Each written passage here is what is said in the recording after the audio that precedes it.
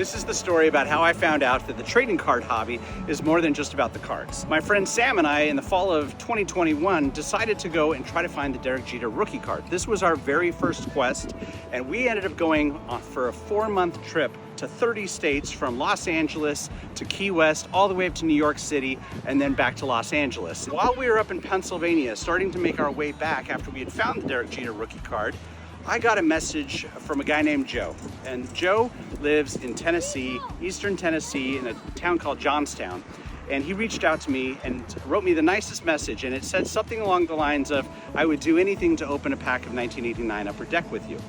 And up until this point, the card hobby was all about the cards. It was about finding hits, finding key players, but I was touched by that message from Joe, and so I looked at the map and realized that I would have to divert about 8 hours out of my way to get back to Los Angeles by hitting his town in Johnstown, Tennessee, to be able to meet up with him. But something about him felt that I should. And so Sam and I diverted our trip, and we went down and drove to Joe's town, and I had about 8 packs of 1989 Upper Deck with me. And so I thought it'd be fun to open packs with this guy. If he really wants to that bad, let's do this thing. And so I roll up to his town, and Joe pulls up in his tow truck. So he's a tow truck driver, and he also loves baseball. He loves Ken Griffey Jr., and he is an umpire for Little League, local Little League teams. And so Joe pulls up in his truck, and it was a really special moment. Like, he comes out and he gave me this hat, and he gave me a few other little gifts and presents and some of the key cards that were special to him. Like, he gave me a 1989 Donruss Mark Grace card and an 89 Topps Ken Griffey card. And so I was very touched by these gifts that Joe gave, and we walked across the street to the local card shop there, and I ended up giving him these packs of Upper Deck for him to be able to open.